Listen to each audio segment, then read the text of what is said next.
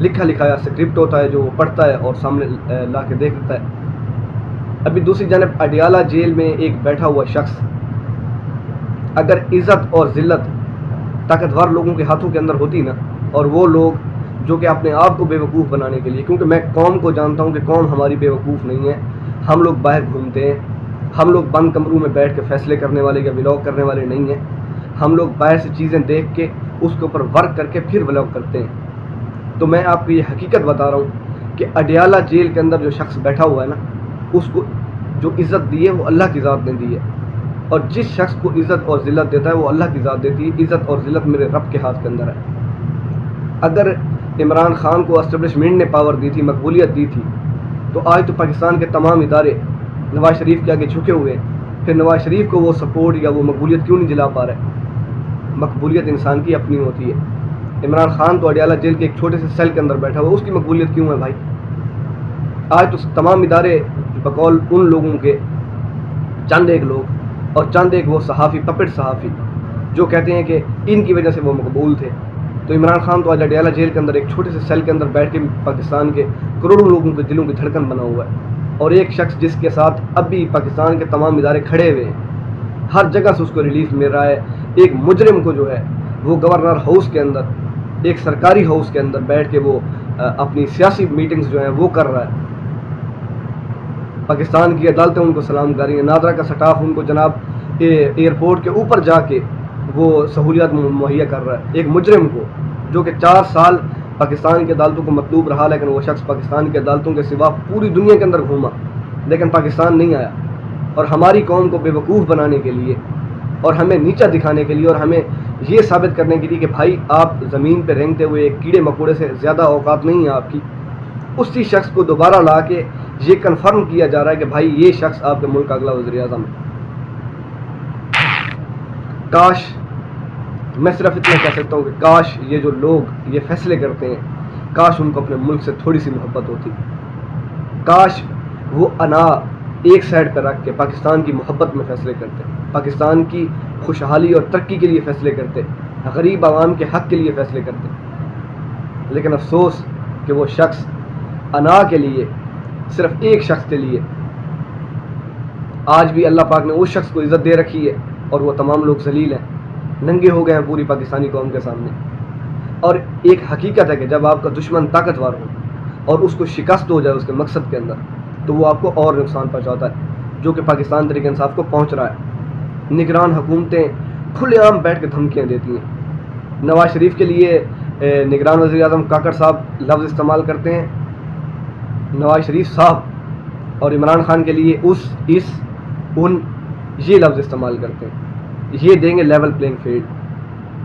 تو میں پاکستان تحریک انصاف کے لوگوں کو مخاطب کر کے کہنا چاہوں گا کہ میرے بھائیوں اپنے دل کو تھامو، میری بہنوں اپنے دل کو تھامو، ابھی بہت کچھ ہونا ہے، آپ نے ہمت رکھنی ہے۔ اللہ پاک صبر کرنے والوں کو اس کا پھل دیتا ہے، جو مشکل میں صبر کرتے ہیں لوگوں آزمائے جاتے ہیں، اللہ پاک آزماتا ہے اپنے پیاروں کو۔ آج عمران خان اڈیالہ جیل کے ایک چھوٹے سے سیل کے اندر قید ہے، لیکن آپ یہ دیکھیں کہ اللہ پاک نے اس کو عزت دی ہے۔ پاکستان کی قوم کا بچہ آج ان لوگوں کو پہچان گیا ہے جو لوگ 70 سال سے اس ملک کو آکوپائڈ کر کے بیٹھے ہوئے تھے۔ کیا یہ ایک حقیقت نہیں ہے کہ اللہ پاک سچائی کے ساتھ ہے، سچائی کا ساتھ دیتے ہیں، سچائی ایک دن سامنے آ کے رہتی ہے۔ صنم جاوید کی پریس کانفرنس آ جائے، علی نواز کی آ جائے، ہاشم ڈوگر صاحب کی آ جائے، کوئی بھی ہو، جن کی بھی پریس کانفرنسیں آ جائیں، پاکستان کی قوم اس نتیجے پہ پہنچ گئی ہے کہ یہ پریس کانفرنسیں کون کروا رہا ہے، کہاں سے ہو رہی ہیں اور پریس کانفرنسوں کا مقصد کیا ہے۔ تو آخر میں وہی بات دوبارہ کوٹ کروں گا منصور علی خان صاحب والی، کہ عمران خان خود آ کے کہہ دینا کہ میں نے 9 مئی کروایا ہے، تو اس ٹائم قوم کی حالت یہ ہے کہ وہ کہیں گے آپ نے بالکل صحیح کیا۔ فلسطین میں ہمارے 10,800 مسلمان بھائی جو ہیں وہ شہید ہو گئے ہیں، پانی کی ایک بوند کو ترس رہے ہیں، اور ہم کیا کر رہے ہیں؟ ہم یہاں چند بندوں کو اکٹھ لے کے پہنچ جاتے ہیں سپریم کورٹ کے سامنے کہ جی فوجی عدالتیں کھولیں۔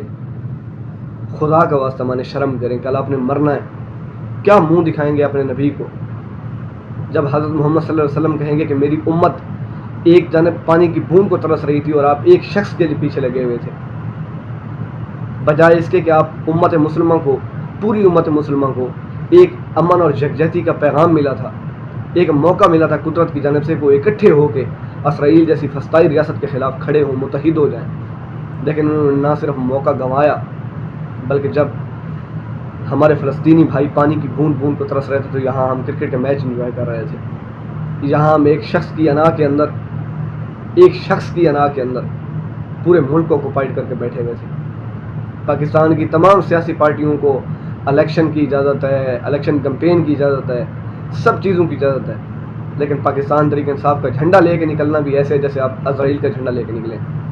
میرے خیال میں اسرائیل کا جھنڈا لے کے نکلیں گے پاکستان میں اتنی آپ کے اوپر سختیاں نہیں ہوئی جتنی آج کل پاکستان تحریک انصاف کے جھنڈے کے اوپر سختی ہیں.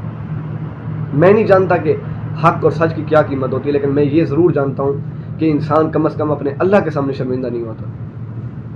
آئی ڈونٹ نو کہ کیا ہوتا ہے جب آپ اس طرح کی ویڈیو بناتے ہو، اس کے بعد کیا کس قسم کی دھمکیاں ملتی ہیں مجھے آئیڈیا ہے، لیکن میرے ساتھ کبھی ہوا نہیں ہے. لیکن میں یہ جانتا ہوں انسان اپنے رب کے سامنے شرمندہ نہیں ہوتا. انسان اپنے رب کے سامنے صرف یہ کہہ سکتا ہے کہ یا اللہ میری جتنی اوقات تھی میں نے اتنا کام کیا، جتنی تو نے مجھے اوقات عطا کی، میں بولنے کی اوقات تھی میں بولا، میں ظلم کے خلاف بولا، میں ظالم نہیں ہوں، میں ظلم کے خلاف کھڑا رہا. میں یقین سے کہہ سکتا ہوں نواز شریف مقبولیت کے قریب تر بھی نہیں ہے.